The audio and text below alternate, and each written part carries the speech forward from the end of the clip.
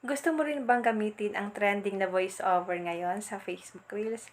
Ito po yung kadalasan natin na naririnig sa mga Reels video ng ibang content creator na katulad natin.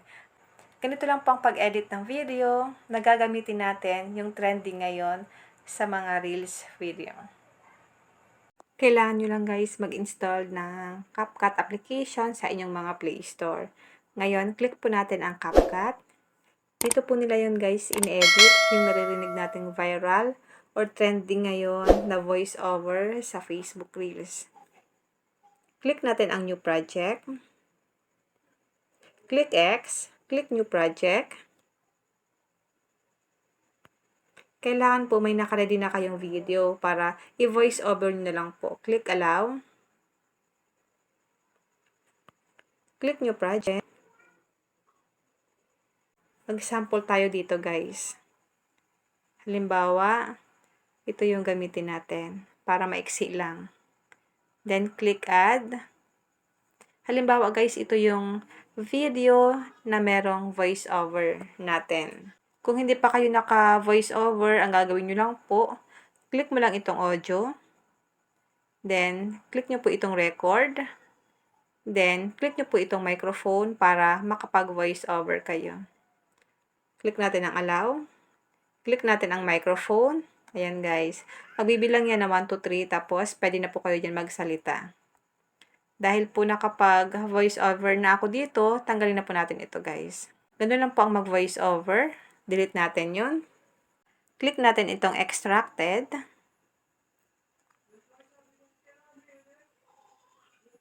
Piliin natin dito guys yung video na pinili natin kanina. Kasi guys, kukunin natin yung boses niya. Click import sound only para sound lang po ang mapupunta dito. Bali, dalawa na siya guys. Dito sa taas, alisin natin yung sound niya. I-click mo lang yung video. Then, click volume. I-zero mo lang siya. Then, click check. Ngayon guys, dito na tayo sa extracted natin. Click natin itong boses. Ito pong extract. Sa baba, click mo ang voice effect. Hanapin mo lang dito guys ang funny. Click funny. At hanapin mo dito sa baba ang trickster. Click mo lang po ang trickster. Wait lang natin siya guys. Kasi naglo-loading lang yan.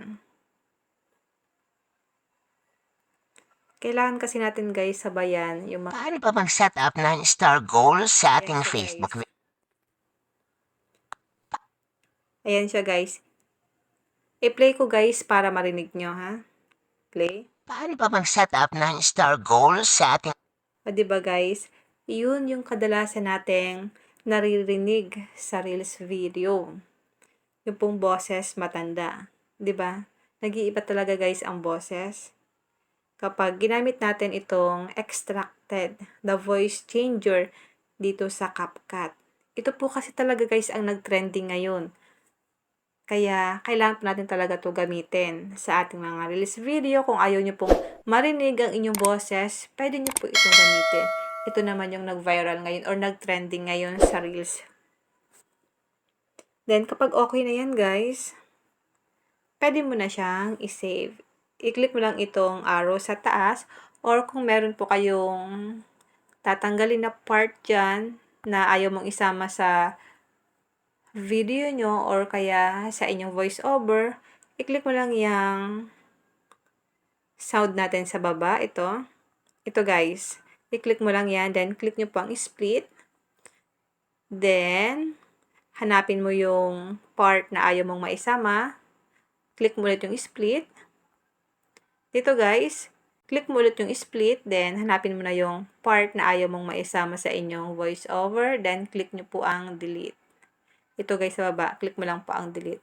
Ganun lang po kadali mag-edit ng voice over. Nagagamitin natin yung trending ngayon sa Facebook Reels. And then, pwede mo na siya guys i-save. I-click mo lang itong arrow sa taas para ma-export siya.